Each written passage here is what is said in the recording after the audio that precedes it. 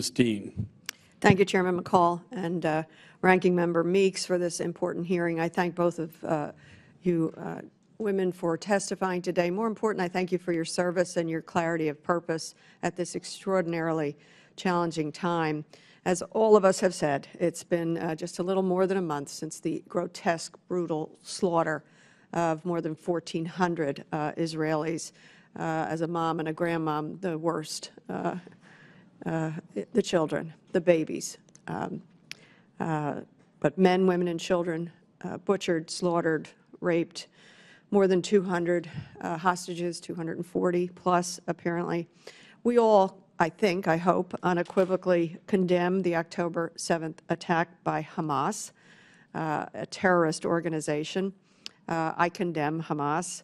I know Israel has the right, the responsibility to respond and to dismantle Hamas terrorism.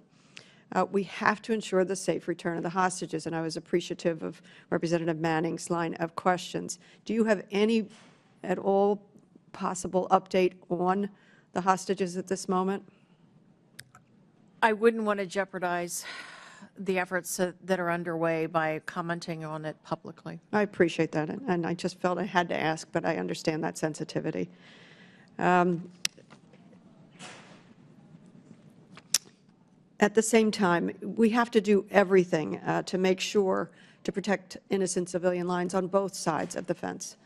And so I decry the loss of life, the loss of innocent civilian life in Gaza. I've called on the administration to do everything in their power, and I'm very proud of the President as well as the Secretary of State for the extraordinary work they're doing.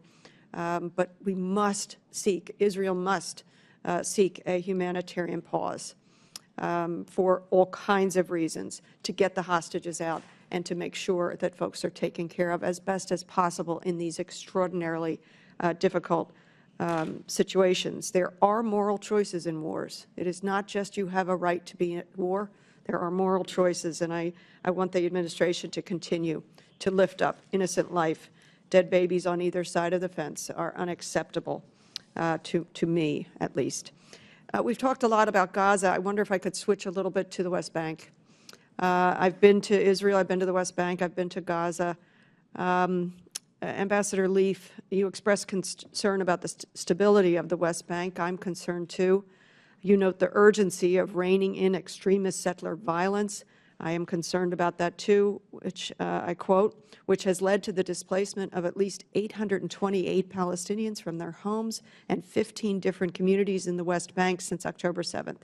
You point out that even before the start of the latest crisis, there were settler violence attacks day after day, multiple attacks in a single day, 1,400 incidents from January to October of this year. Ambassador, how are you and Secretary Blinken and the administration engaging with Israel, specifically the coalition administration, to prevent further settler violence? When I was on the ground there, the meeting, this was prior to October 7th, the meeting when we asked about settler violence was shut down. What are you doing? This has been a topic of discussion between us and the Israeli government for months, literally. What has really accelerated our efforts has been the phenomenal, really terrible 500% increase in these attacks, sometimes several dozen a day. They're also more violent, beatings and destruction of property.